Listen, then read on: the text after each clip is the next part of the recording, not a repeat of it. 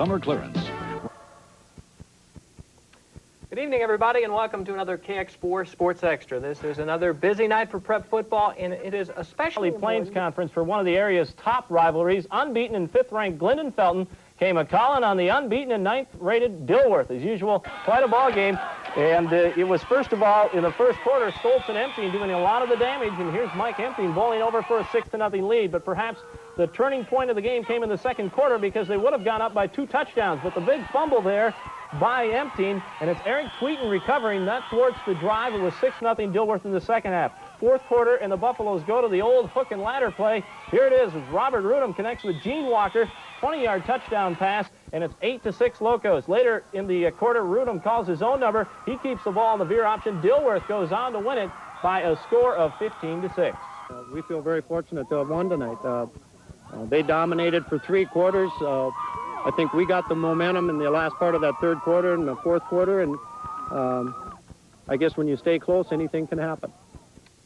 And that's the first time in 3 years they've beaten them in the regular season. 15-6 is the final. Other scores in the Valley Plains tonight. 42-8, Fertile Beltrami, tough as expected. 8 Borup clobbered Red Lake Falls. For 3 quarters, we fumbled the ball in the second quarter, about down the 3-yard line. But you know, that's football. They made a good defensive play in that too, and we have to make some adjustments there. But we can't fault our kids. We played hard all game, and I think we just ran out of gas a little bit in the fourth quarter. It sure looked like you had them on the ropes. You were really grinding it out well with Empting and Stoltz there. In the second half, it just seemed like they couldn't get on track then. Well, I think, you know, a little bit of that fumble there probably in the second quarter took a little air out of our sails and gave something to Glenn and Felton. But the kids just played hard, and, you know, when kids go both ways, sooner or later something has to break, and I guess in the fourth quarter it finally did. Well, let me ask you this. You've beaten them in the regular season. The last 2 seasons up to this, they turned the tables in the playoffs. Maybe you figure it's your turn to turn the tables in the playoffs. Well, we certainly hope so. It's second game of the year, you know, and we hope that we can come off this and come back and play some good football again against Holly, which is a fine football team also. So there's a lot of football ahead for us.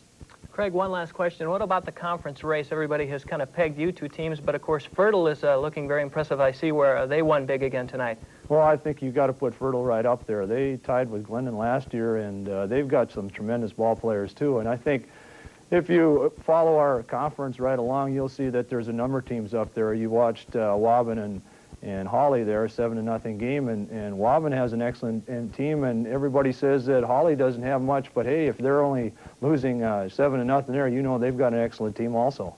All right, well, it's early. Go get them. Thank you. Thanks, Craig. The Heart of Lakes Conference also began